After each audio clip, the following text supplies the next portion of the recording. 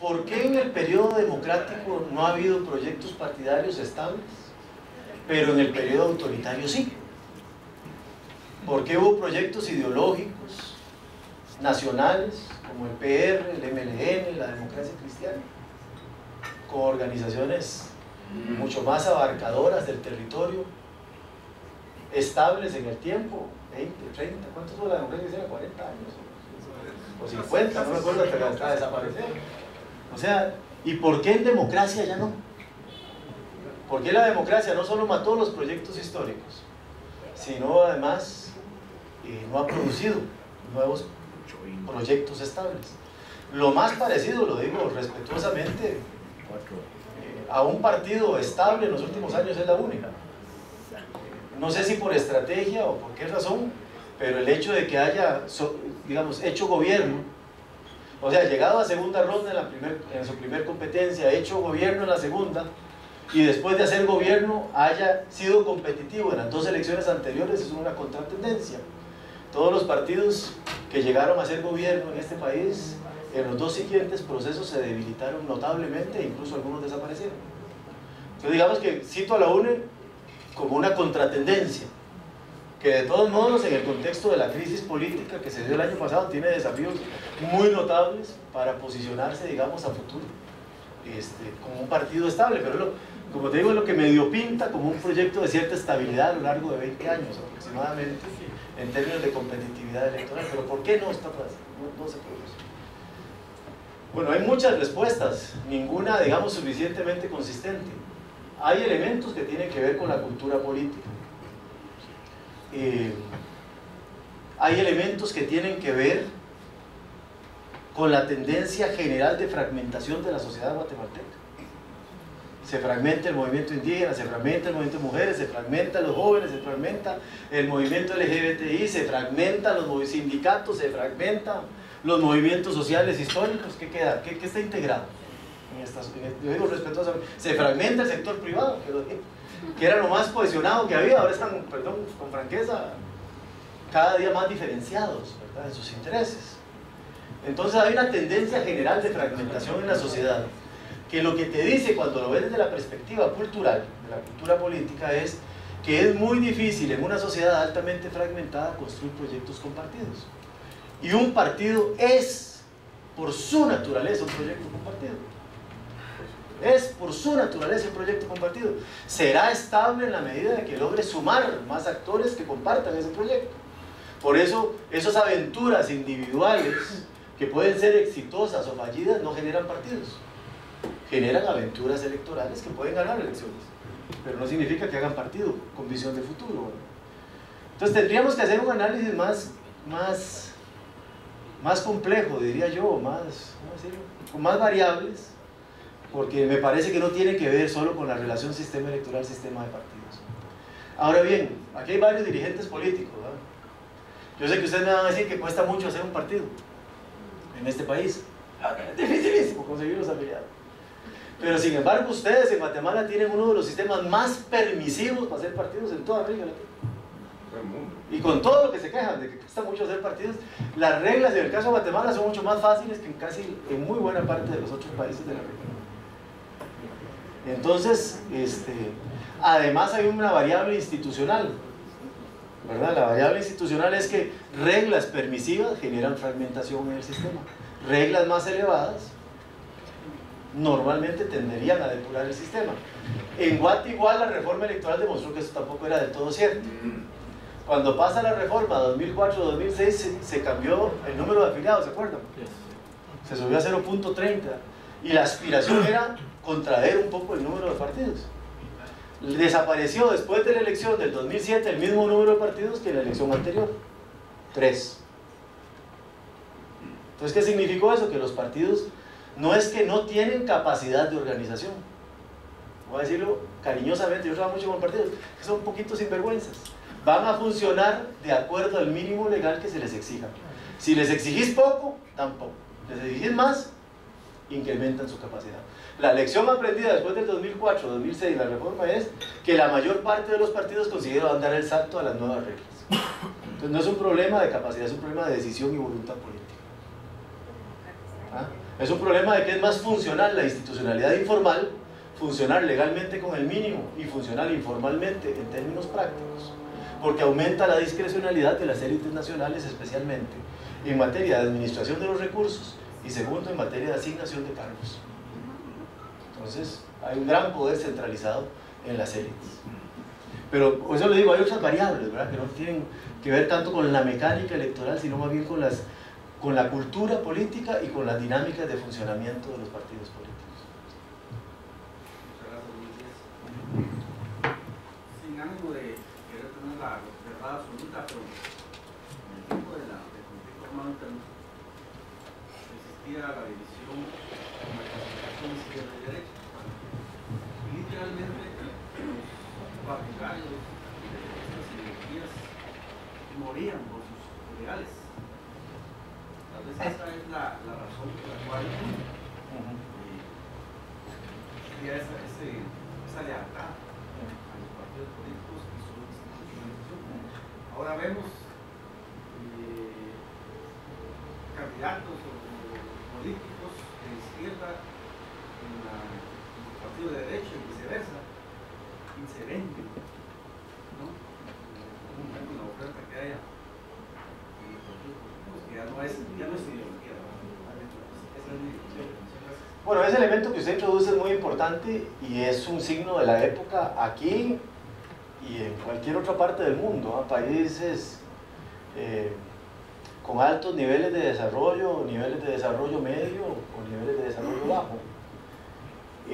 Uno de los rasgos de la época, especialmente desde finales de los años 60 en los países del norte y en América Latina más o menos desde finales de los 70, inicios de los 80, es una suerte de ola de indiferenciación ideológica que hemos vivido a nivel global.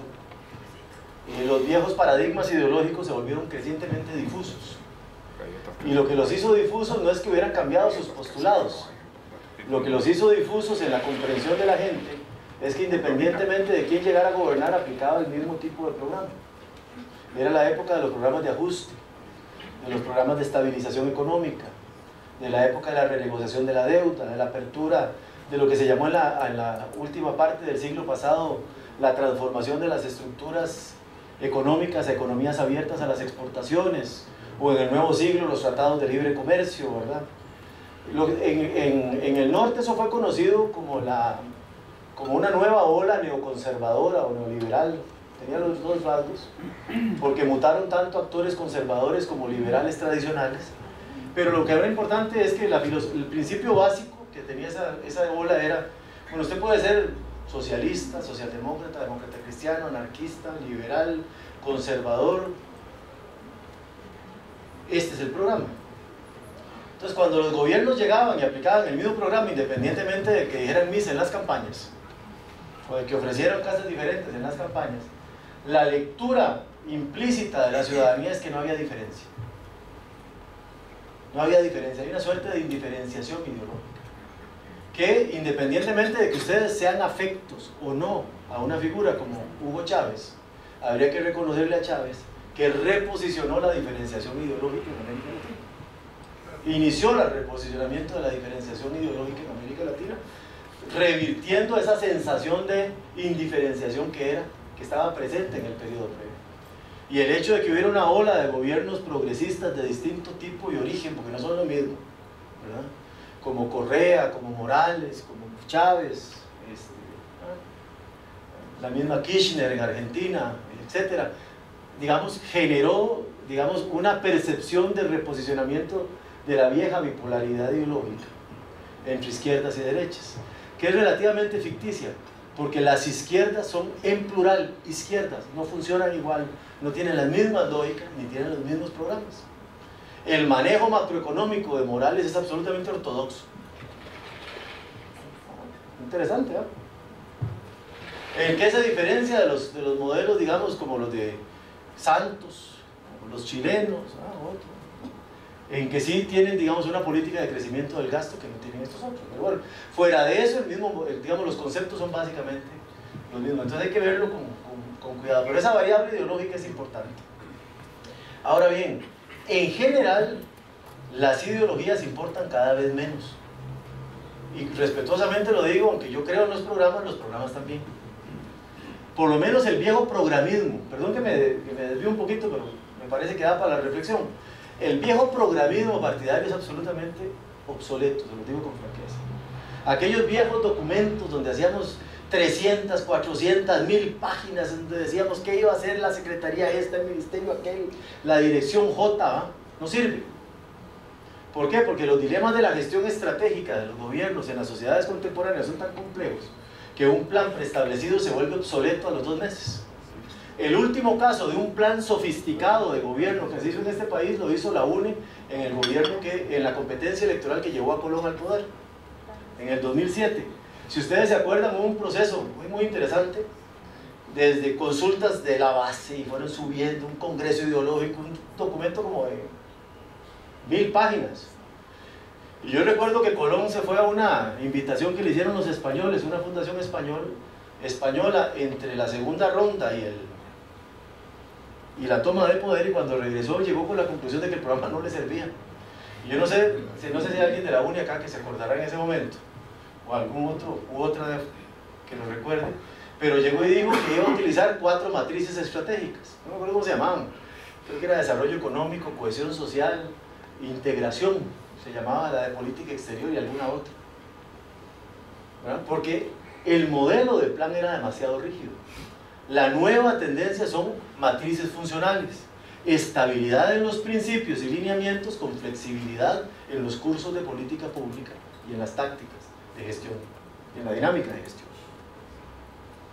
Entonces los partidos seguimos un poco a veces pegados, ¿verdad? Un poco, todo pasado fue mejor. Entonces yo que vengo de un partido histórico, yo digo, qué lindo cuando hacíamos aquellos congresos, ¿no? Maravilloso era, pero ese modelo ya no sirve para gobernar. Ese es el asunto. Ese es uno de los, digamos, dimensiones, ¿verdad? La crisis de los marcos ideológicos por ese fenómeno de indiferenciación y el agotamiento de los viejos modelos programáticos partidarios. A eso le agregamos una tercera variable en la transformación de los partidos que es importante, y es que en el marco de esa suerte de indiferenciación que vivimos desde finales de los 70 hasta ahora, aquí es muy difícil diferenciar los partidos. Ustedes me dicen con franqueza, sus ofertas son difícilmente diferenciables, como sus estatutos, muy parecidos todos, copy-paste. Como le dije, una vez publicamos, le pedimos al tribunal los estatutos de los partidos para publicarlo. Yo trabajaba con la OEA y fue impresionante ver que eran prácticamente lo mismo. O sea, no había diferenciación ni siquiera en los postulados fundamentales del estatuto. Es una cosa muy interesante, que además introduce la reforma electoral, obliga, digamos, a desarrollar los estatutos de otra manera, la que se acaba de aprobar. Ahí me desvié. La otra gran transformación que tenemos es que en ese marco, además, vivimos una suerte de revolución de las elecciones y las contiendas electorales. Entonces empiezan a cambiar una gran cantidad de los principios de la vieja política, no en la lógica de la plaza, eso es otra cosa, de la política como se hacía antes. En la política de antes, el referente era el territorio. Por eso la política era territorial, los partidos se organizaban territorialmente, ¿verdad? El eje era territorio-individuo. Entonces, los ejes fundamentales del partido eran la organización territorial y la capacidad de movilización en las elecciones. Por eso los partidos tenían que tener muchos afiliados. El Partido Colorado paraguayo tiene 1.200.000 militantes, ni siquiera afiliados, militantes, con carnet registrados. El PRI tenía, no me acuerdo cuánto, 20 millones, era impresionante, ¿no? Pero bueno, eso era una cosa diferente, no necesariamente comparable. Pero ese viejo modelo, la idea de la representación asociada con territorio y población, cambia con la irrupción de la videopolítica y la influencia de los medios. El nuevo territorio y la competencia son los medios. Y ya no importa el individuo y su capacidad de movilizarlo, lo mismo que antes, sino que importa esa variable intangible llamada opinión pública. Es tan importante movilizar el votante como influir en la opinión pública, posicionar mis temas en la opinión pública. Y ahí yo partido no solo compito con los otros partidos, yo candidato no solo compito con los otros candidatos, Yo, candidato y partido, compito con ONGs, tanques de pensamiento, generadores de opinión y cualquiera que se le ocurra y que logre captar la atención de los medios. Muchos de mis amigos de los partidos acá, alguna vez yo les he escuchado decir, es que, ¿por qué nosotros tenemos que sentarnos como este de la ONG si este tiene 5 gatos y yo tengo 30.000 afiliados? Bueno, porque ese tipo de 5 gatos de la ONG tiene más influencia en los medios que el secretario general del partido. Es la nueva realidad, nos guste o no. No significa que sea mejor que antes, solo estoy constatando un hecho. Entonces cambia ese referente. Al cambiar ese referente, también cambian las formas de hacer política. En la política de antes, la herramienta era el discurso. Yo convencía, hablaba, ¿ustedes se acuerdan? Y por eso, entonces, para hacer el discurso, reunía a la gente. Los mitines. En Costa Rica les decíamos las plazas públicas. Que todavía se usa y sigue siendo, vale. Pero bueno, en la nueva política, en las nuevas, digamos, herramientas de la política, ya no es el discurso, es la imagen. Yo antes tenía media hora para explicar mi programa, ahora tengo un spot de 20 segundos amenazado por el control remoto. Que a los 5 me voló, si no lo capté la atención. Por eso cada vez hay menos ideas y más eslogans. Hay cada vez menos discurso y más imágenes. La mejor campaña en términos de eslogan e imagen que se ha hecho en Guatemala, desde que yo vengo a este país, es la del patriota que llevó a Pérez Molina, no, aquella, el puño, como era, mano dura, cabeza y corazón. El símbolo del puño y la frase sintetizó la campaña. No hacía falta que explicara nada. Además le pusieron musiquita, bonita, muy bien pensada, pero te da una idea de esa transformación. Igual siguieron haciendo organización y siguieron regalando comida y siguieron regalando gorras y siguieron, toda esa cosa siempre se hace, pero empezamos a ver esa mutación en unos países más, en otros países menos. No voy a extenderme más, pero esta transformación, digamos, en las formas de hacer política y en la forma de funcionar de los partidos hace que también el concepto de partido se modifique. Los partidos grandes, históricos, pesados, estructurados, son demasiado rígidos para competir. La nueva lógica son partidos más pequeños, funcionales, organizados por redes, articulados en sistemas de información. El caso de la UDI chilena, que es un partido chiquito, el que llevó a Piñera al poder, que es un partido chiquito, pero que de pronto se expande electoralmente. Interesante. Y vuelve a contraerse, como acordeones. Se expanden y se contraen. Pero no por inercias electorales, sino por lógica estratégica. Entonces la administración del partido es más funcional, porque es más pequeña, pero tienen capacidades de expansión electoral para ser competitivos. Y utilizan las herramientas de la nueva política, digamos fundamentalmente de la comunicación política. Entonces todo este conjunto de factores, indiferenciación ideológica, relativización programática, transformación de los métodos de acción política, hace que los partidos ideológicos, programáticos y estructurados sean un ave en proceso de desaparición, una especie en proceso de desaparición, y que lo que vaya es un poco al estilo de la mutación de los partidos estadounidenses, es al concepto que los gringos han llamado los catch all party, los partidos agarra todo. Entonces los mensajes se diseñan para atraer al mayor número de votantes de distintos segmentos, porque las sociedades están muy diferenciadas, y para poder atraer a muy distintos segmentos de votantes, mi discurso tiene que ser muy neutro, muy indefinido, o tengo que sustituirlo con ofertas concretas y tangibles. Por eso entonces ya los candidatos dicen, yo ofrezco tantas soluciones, tantas viviendas, tantas cosas, tantos empleos. La relación se vuelve en alguna medida mucho más directa en términos de que la gente quiere escuchar ofertas concretas, no promesas difusas. La gente ya no vota por estabilidad económica, vota en función de una expectativa de retorno concreto en materia de servicios y políticas. Entonces estamos en una transformación, y la pregunta que yo me hago, perdón que lo diga tan largo, es: ¿podrá Guatemala pasar de de un sistema de partidos difuso, fragmentado y de baja institucionalidad a partidos de nueva generación? o por lógica histórica, deberíamos de intentar en Guatemala hacer partidos, digamos, dentro del viejo modelo, pero sin repetir los pecados del viejo modelo. Lo que hoy están intentando algunos partidos es hacer un partido dentro de rangos razonablemente convencionales. Pero yo creo que este debate hay que tenerlo. Este debate me parece que es necesario. ¿Alguien me había levantado la mano por aquí? Ah, eras vos, sí, Sí. Ante la complejidad de lo que has mencionado y que uno se sigue dando cuenta verdaderamente que no hay una sola respuesta, ¿verdad?, para obtener lo óptimo. Dice que los individuos actualmente no van a sobrevivir, ¿verdad?, ante las amenazas que son reales por su fortaleza, su inteligencia, sino que por la capacidad de adaptabilidad. Y lo mismo tiene que ser con los partidos, porque definitivamente viendo todo lo que existe en leyes, la exposición que estás haciendo, lo que hemos visto en las exposiciones anteriores, sabemos que es una complejidad. Que el partido que no tenga la capacidad de adaptación verdaderamente, ahí va a quedarse estancado, pues, ¿verdad?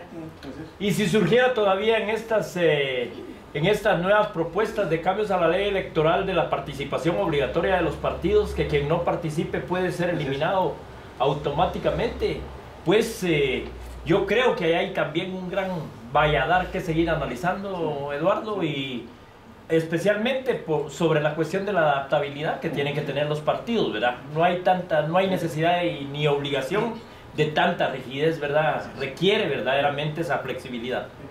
Bueno, en política, como en todo, lo que sobrevive es lo que es flexible, lo que es adaptativo, ¿verdad? Lo que tiene capacidades adaptativas. El tema que planteaste lo es importante. Mira, yo entiendo la preocupación de esta norma en relación con obligar a los partidos a competir. Porque eso sí puede depurar la cantidad de partidos, lo digo con franqueza. Sin embargo, es que la realidad guatemalteca en eso es bastante anormal. O sea, no es normal. Porque aquí existe la figura de los partidos latentes. Yo partido me inscribo y guardo mi ficha no compitiendo en elecciones, y el partido que compite y no alcanza el umbral es eliminado. O sea, premio al que no compite y castigo al que compite. Es un contrasentido. Es un absoluto contrasentido. ¿Cómo es posible lo que le pasó a doña Adelita con ADN? A doña Adelita Torreviarte en la elección del 2011. ¿Qué hizo doña Adelita? Crea ADN un año antes de las elecciones, compite en las elecciones, saca menos del 3% y queda cancelado. Y 10 partidos legalmente inscritos no compiten y conservan su registro. No tiene sentido, es ilógico, porque estás castigando al que compite.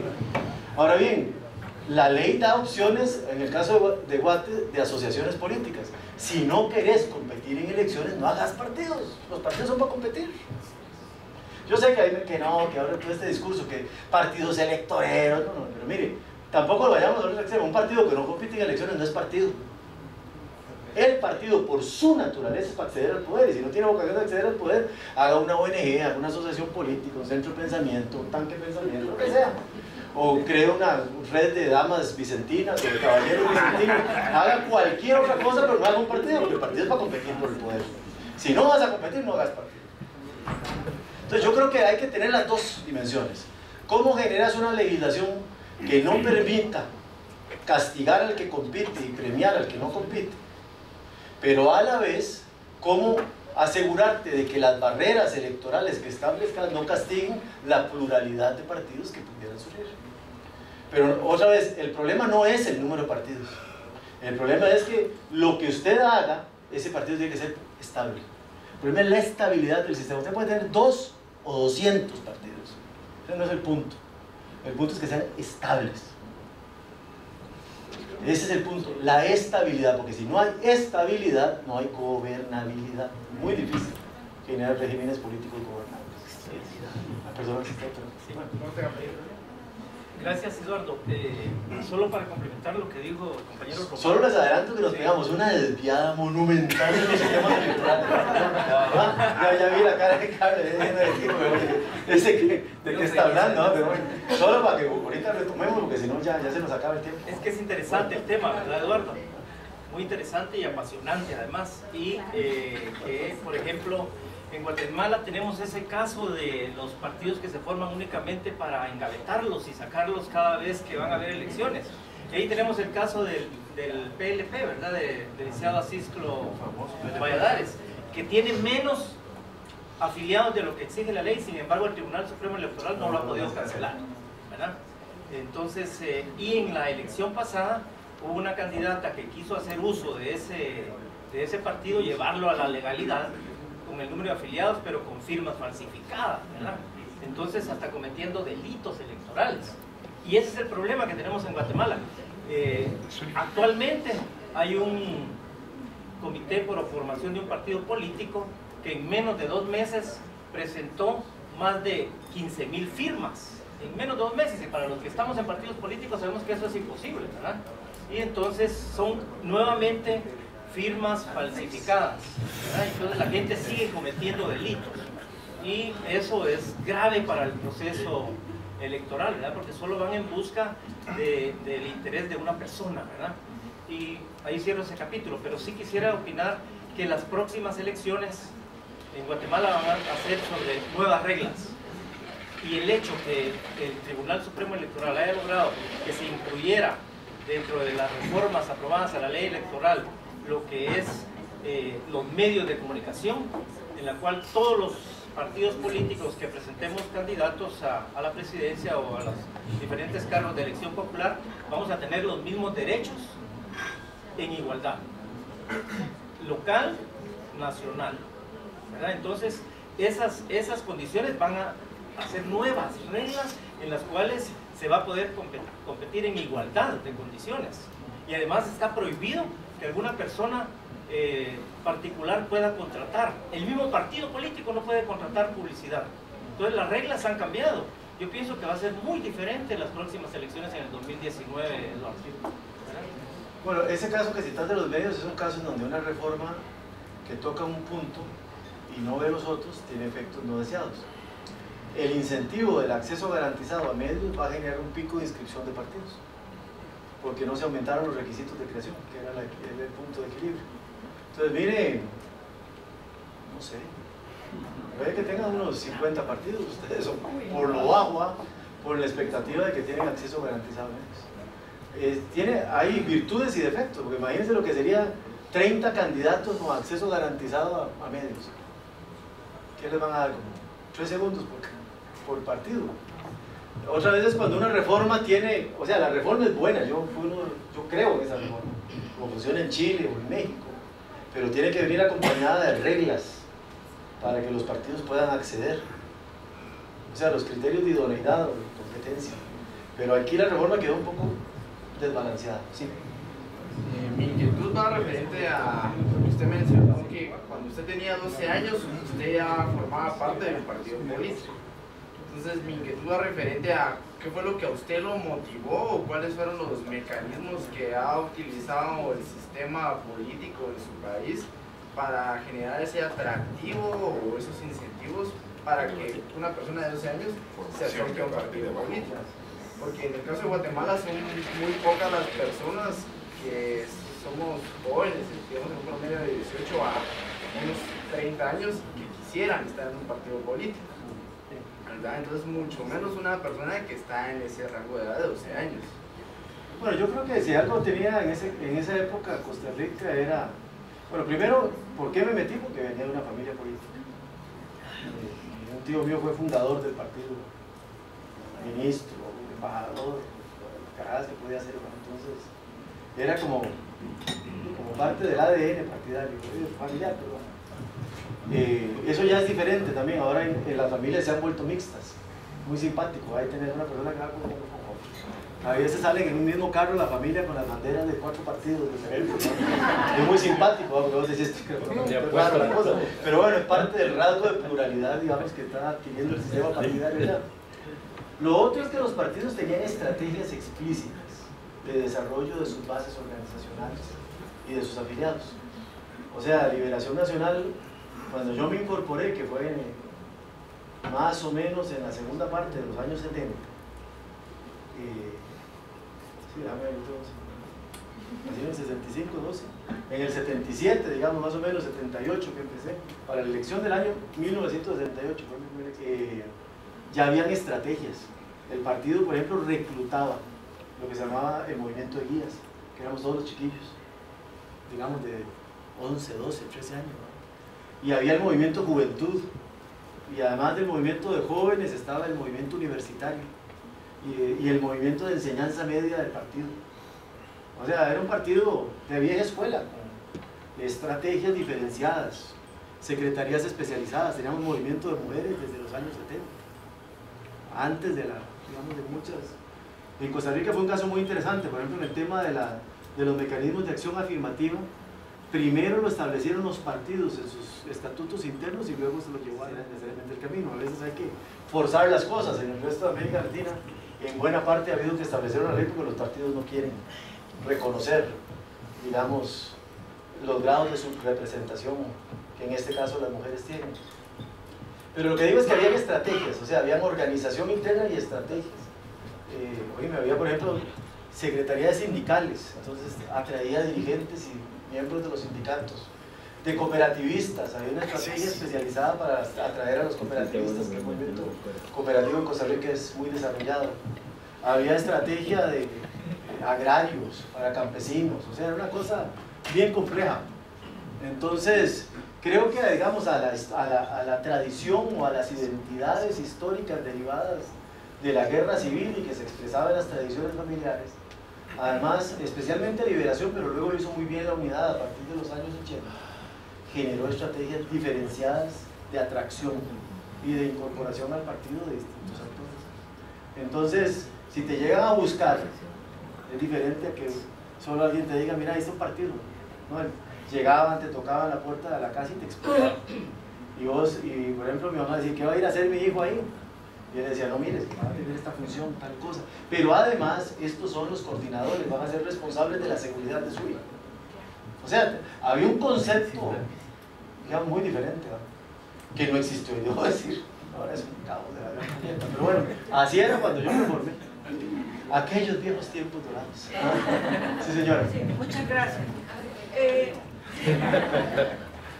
El último elemento que quiero agregar en materia de sistemas, ya vuelvo sobre su pregunta.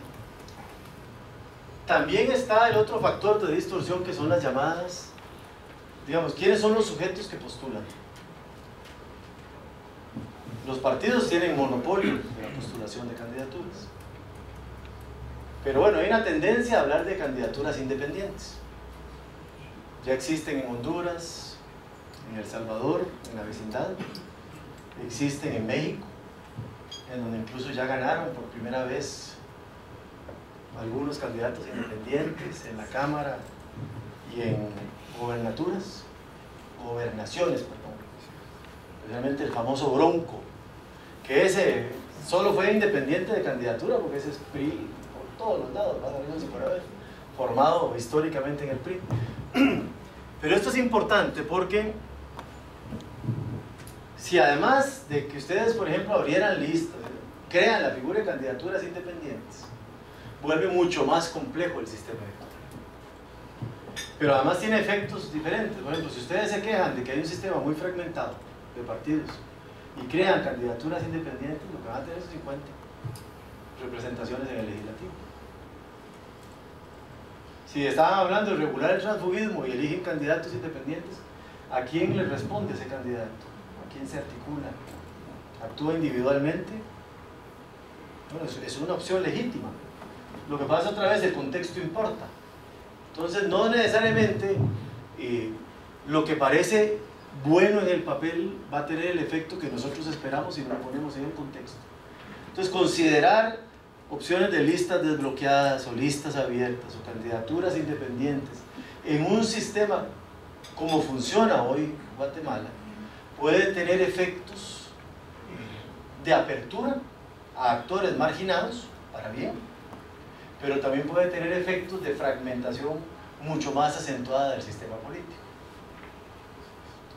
Ya no 15 bancadas, sino 30, no sé, o cosas por el estilo, ¿verdad? Entonces hay que tener esa perspectiva siempre, ¿verdad?, de los efectos. Hay que poner el contexto, como digo yo, siempre importa.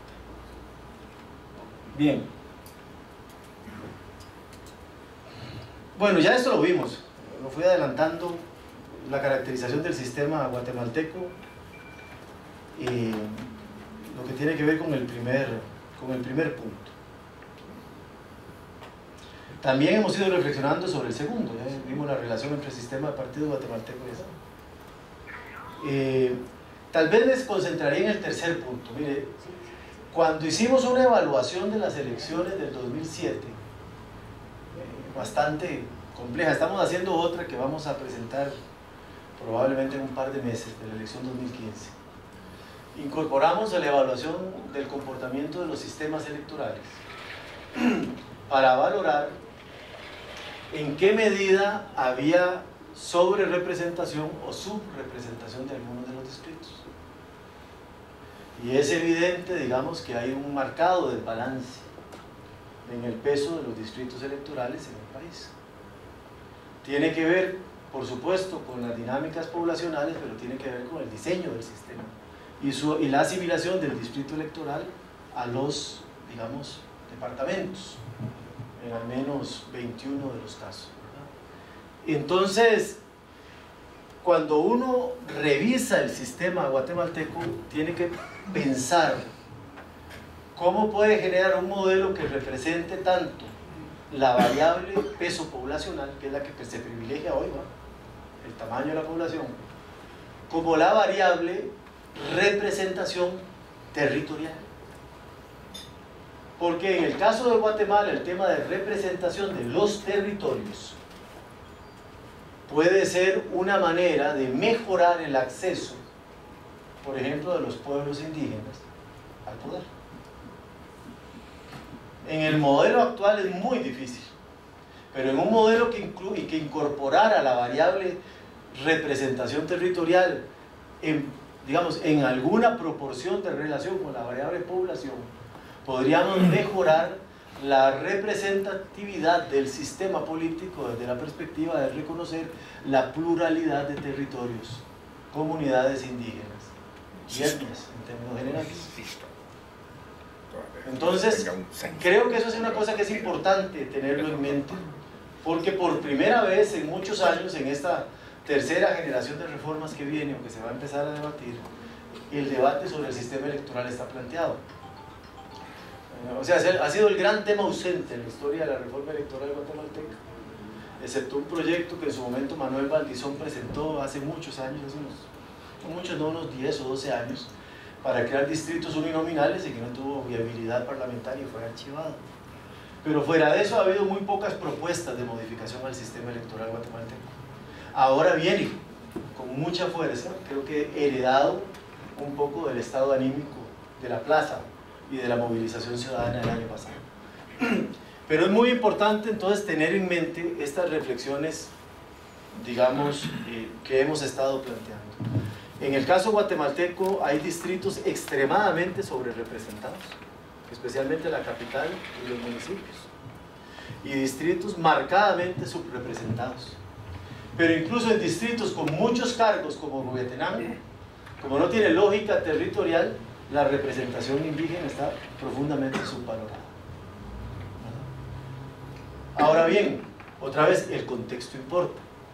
¿Qué pasa si hiciéramos distritos electorales más pequeños y asignáramos grupos de diputados y diputadas más pequeños? Si agarramos Huehue, digamos, y lo dividimos en 5 distritos, se privilegian los poderes locales, ¿cierto? Al menos se abre la posibilidad de que los poderes locales accedan. Eso, en buena lógica, suena muy bien. Pero ¿qué pasa en territorios controlados por los narcos?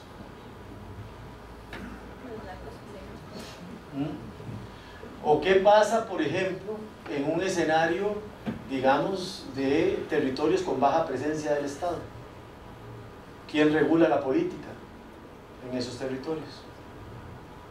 Entonces, como digo, el contexto siempre importa. Hay que tener esa lógica de reflexión. Cuando hablamos de listas abiertas o cerradas, de distritos más pequeños o más grandes, de candidaturas independientes o bloques o candidaturas por planchas partidarias, cada decisión técnica siempre tiene un efecto político diferente según el contexto.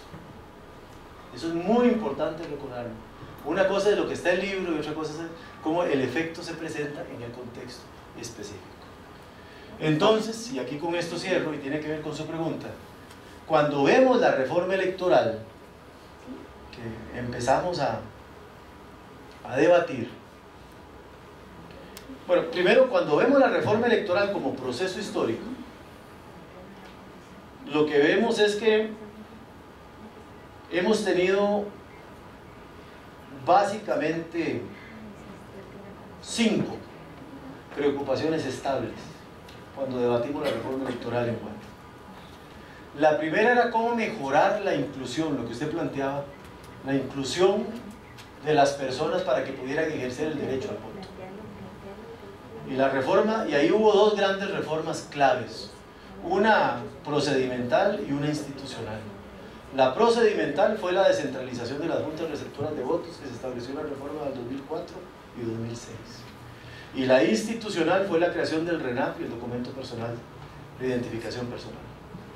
Eso produjo una transformación notable de la geografía electoral del país, generó un incremento importante en el padrón electoral, aunque no resuelve la brecha entre personas documentadas y empadronadas. Guatemala es de los pocos países que conserva un sistema de doble registro, en donde da al ciudadano la responsabilidad no solo de tener que ir a hacer la gestión para documentarse, sino además otra vez para empadronarse, lo cual hay gente que decide no hacerlo. Según datos del RENAP, hay una brecha de poco menos de 2 millones de personas con DPI que no están empadronadas. Y hay poco más de 700.000 personas empadronadas con cédula que nunca obtuvieron DPI. Interesante, ¿no? Entonces hay que ver, ahí tenemos una brecha que hay que resolver, pero honestamente yo digo que eso es una barrera institucional que debería resolverse por la vía legal, de manera que cuando yo tengo mi documento estoy empadronado automáticamente. Esa sería la lógica. Entonces ahí me parece que va una segunda gran preocupación de la reforma electoral en Guatemala ha tenido que ver con reducir la dependencia de los partidos de los capitales privados. En la reforma 2004-2008 lo que se hizo fue apostar por el incremento del aporte de dinero que el Estado le da a los partidos. Se pasó de 2 quetzales por voto válido a $2 por voto válido recibido. Para que ustedes se hagan una idea de la escala, eso fue en el 2004-2006, se aplicó para el 2007, okay. Entre 2008 y 2012 los partidos políticos recibieron en materia de deuda política o de aporte del Estado más dinero en esos 4 años que en la totalidad de años entre 1985 y el 2007. Entonces hay un cambio sumamente notable. Pero por ejemplo, en la última elección, digamos, el aporte global del Estado con base en el tamaño de los votos, digamos, la cantidad de votantes, alcanzó más o menos, ¿cuántos votantes hubo? Como 7 millones. ¿no? Votantes efectivos. ¿Cuántos votos válidos? 7.5. Bueno, como 7 millones, hagámoslo que sea nada. 7 millones significa que el monto global a distribuir, digamos, bueno, fueron como 5 y pico millones. 7 era el padrón. Sí. Digamos que fueran 5 millones. Eso significa que el total de fondos a distribuir en los próximos 4 años, comenzando por este mes, en 4 tractos, es de $10 millones entre todos los partidos. Sin embargo, a precios de mercado, una campaña presidencial en primera y segunda ronda a nivel de medios cuesta entre 12 y 20 millones de dólares. El partido que más votos sacó va a recibir $2 millones en 4 años. Entonces, aunque avanzamos en la reducción de la dependencia porque se aumenta la cantidad de dinero que se le da, el dinero que se le da a los partidos sigue siendo marcadamente insuficiente en materia de la competencia electoral o del costo real de las campañas. Entonces, la reforma del 2004-2006 fue importante, pero no para la competencia electoral, sino para mejorar el financiamiento de los partidos para el funcionamiento institucional. Porque además, al pagarse en 4 tractos, los fondos se utilizan para el funcionamiento o financiamiento de las actividades regulares de los partidos. En la reforma electoral que se aprobó en mayo de este año, damos un paso más allá. Y es que ahí sí actuamos sobre las condiciones de la competencia electoral. Y si el 60%, las estimaciones más bajas hablan del 60% de los costos de una campaña se van en medios. Entonces lo que se estableció fue un régimen de medios y con acceso igualitario para los partidos que presenten candidaturas presidenciales o que al menos presenten candidaturas en elecciones en la mitad de los distritos electorales existentes. El que no presenta al menos en 12 no puede tener acceso a medios, 12 departamentos. Entonces, aquí el asunto es que este régimen de medios es un sistema de financiamiento indirecto. La plata no se le da al partido, sino que el tribunal paga a los medios y el partido accede a los medios. Entonces, esta segunda reforma no tiene efectos notables sobre el financiamiento de la vida institucional del partido, pero tiene efectos muy notables en materia de la competencia electoral y el costo de las campañas. Y la tercera medida que se hizo en materia de financiamiento fue tratar de reducir los topes de gasto de las elecciones. En el 2004-06 se estableció $1 por empadronado al 31 de diciembre del año inmediatamente anterior a las elecciones, y en la reforma aprobada en mayo se reduce a $0.5 por voto. Por empadronado, perdón, al 31 de diciembre del año anterior a las elecciones. Ahora, en los topes al gasto, el problema que tienen en el caso de Guatemala es que, como es un tope general para elecciones diferentes, es muy difícil medir. Para que el tope fuera efectivo tendríamos que establecerlo por tipo de elección. Un tope para la presidencial, un tope para el Congreso, porque si no, no hay forma de medir. Entonces, digamos que en materia de reforma, en ese segundo eje que es financiamiento, venimos avanzando, pero todavía, digamos, los mecanismos de reducción de la dependencia de los partidos en relación con el capital privado son modestos frente al costo de las campañas electorales, que vienen creciendo a un ritmo mucho más rápido. Ahora bien, debo decir que en el contexto de la crisis, el gasto global de la campaña electoral 2015 fue menor al gasto global de la campaña del 2011. Pero eso fue por la crisis, no porque las campañas valgan menos. Entonces no, hay que anotarlo como una anomalía, digamos, en la tendencia, pero no significa que vayamos a cambiar el ritmo de crecimiento de las campañas. ¿Qué tendríamos que hacer entonces? Bueno, teníamos que ver cómo mejoramos el diseño de los topes y cómo reducimos el tamaño de las contribuciones privadas, pensando en su pregunta de qué es lo que habría que hacer. De manera que, porque la contribución sigue siendo muy grande, yo puedo contribuir hasta por un 10% del tamaño del tope del presupuesto o del gasto que se establece, que equivale a $1 por, bueno, ahora a 0.5 empadronado. Significa que en la última elección yo, individuo, podía contribuir aproximadamente con 700.000 quetzales a uno o varios partidos. No tiene que ser solo a uno, puede ser a varios. Entonces hay un problema de diseño de los topes a las contribuciones y del gasto que hay que arreglar para tratar de reducir los costos de campaña. Eso es lo que quiero decir. La tercera gran preocupación que ha estado presente en materia de la reforma electoral es cómo conseguimos fortalecer lo que llamamos el régimen de control y fiscalización de los partidos. Yo sé que a los partidos, es un debate viejo que he tenido con internacionales políticas, les molesta el control de los órganos electorales. Los partidos hoy empiezan a hablar en algunas internacionales de aplicar los principios de autorregulación con el que funciona, digamos, el sector privado. Autorregulación en vez de que me controlen tanto. Lo que pasa es que no se vale, deme más plata pública y no me controle. Eso es una fórmula que no funciona en ningún lado. Entonces, si queremos más fondos, hay que aceptar someterlos a control. Entonces, posiblemente la tendencia más agresiva en reforma electoral en América Latina tiene que ver con el diseño de los sistemas de control y fiscalización. En realidad los tribunales electorales se han ido convirtiendo como en superintendencias de partidos, ¿no? Les regulan desde cómo se integra el partido, cómo se hace una asamblea, hasta cómo gasta la plata o cómo recibe contribuciones.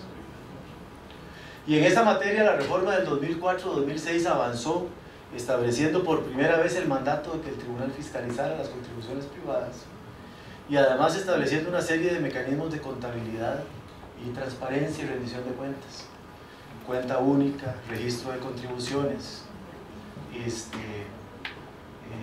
bancarización de las contribuciones, reportes mensuales, periódicos en periodo electoral, al Tribunal Supremo Electoral, etc.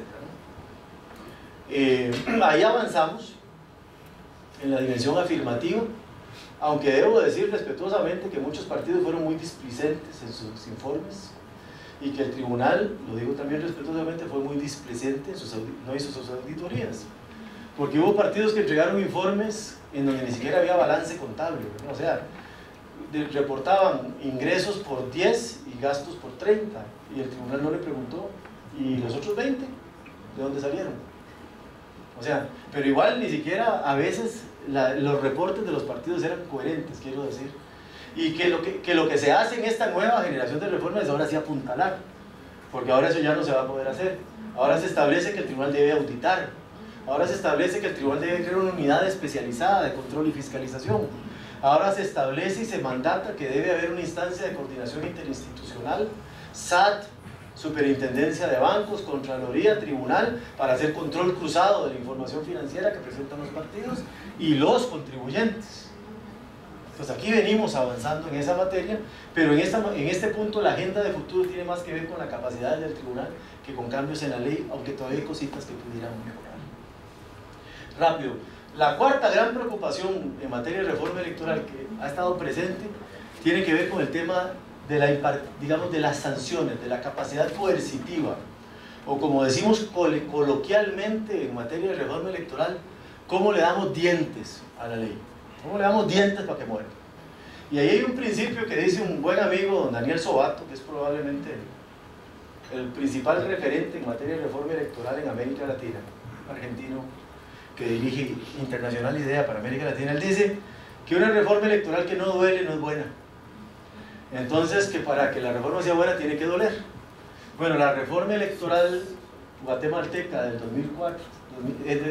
2006 no dolió, porque básicamente apuntó a mecanismos de rendición de cuentas y transparencia y publicidad.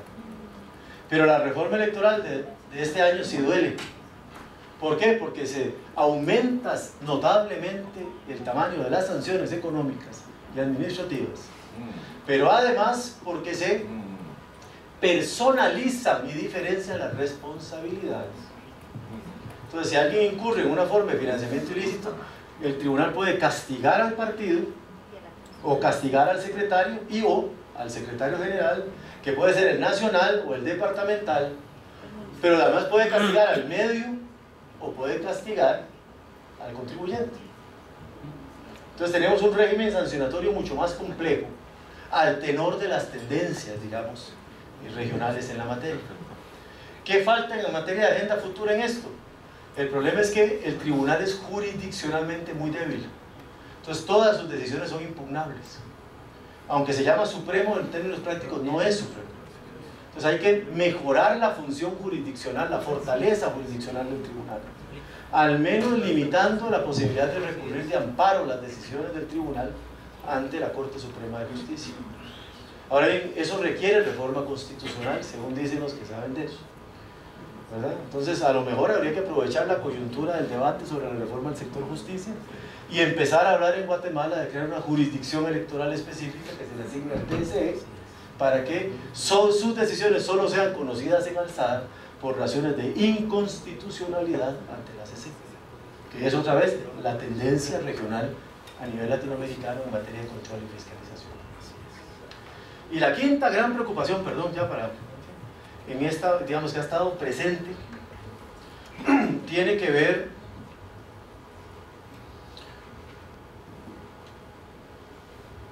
con lo que usted llamaba la cualificación del voto o el reconocimiento, digamos, del sujeto votante.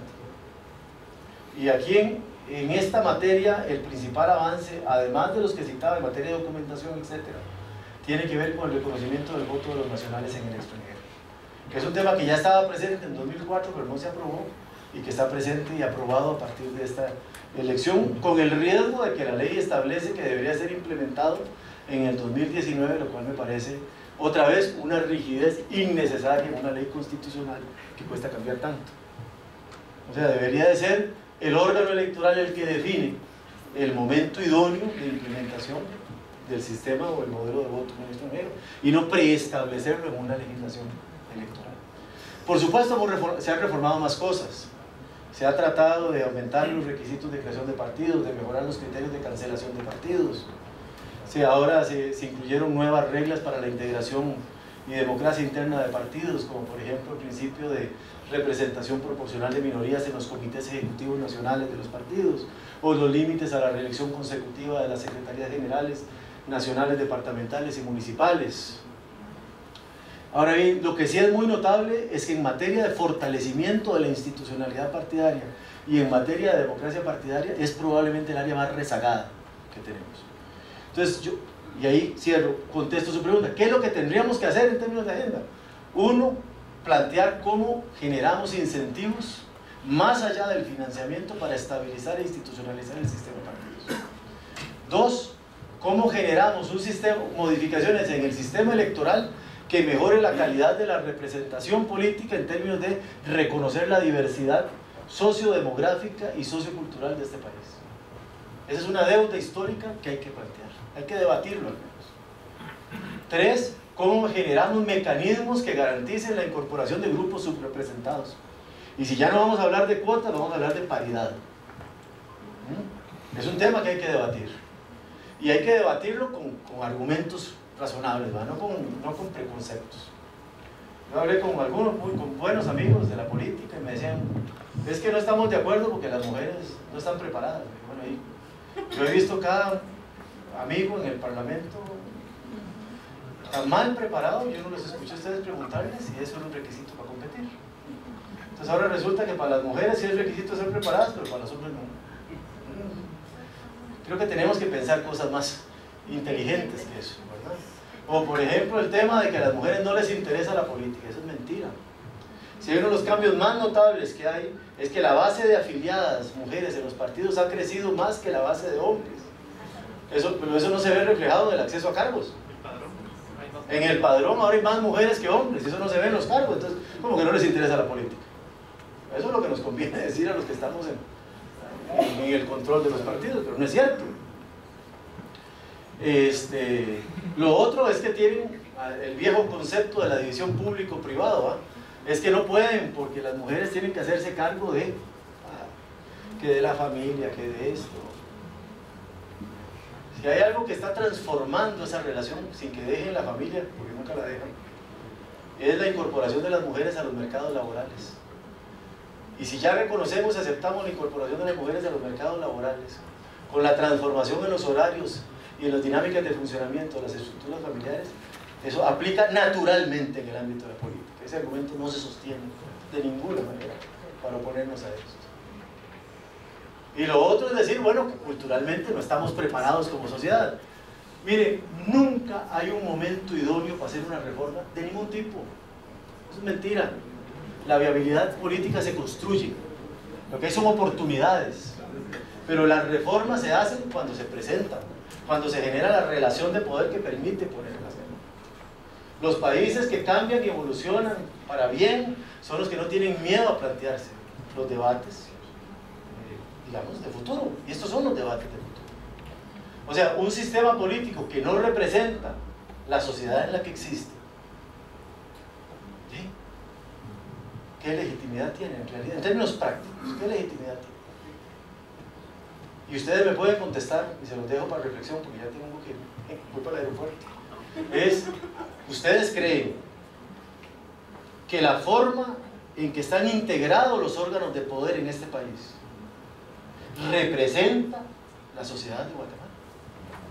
¿Representa la diversidad demográfica, la diversidad etaria, la diversidad étnica de este país?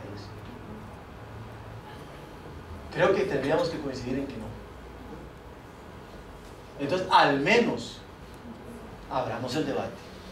Es que el problema, lo digo respetuosamente y cariñosamente a este país que me ha acogido durante casi 15 años, es que en este país no se quiere debatir. Y cuando se plantean los temas nos negamos a debatir. Es que eso no se debate, eso no se puede. No hay votos. No, eso no hay votos. En política lo que no se debate no existe. Una sociedad democrática es esencialmente deliberante. No cerremos el espacio al debate democrático sobre la reforma del régimen político, sea sistemas electorales o sea cualquier otro. Muchas gracias.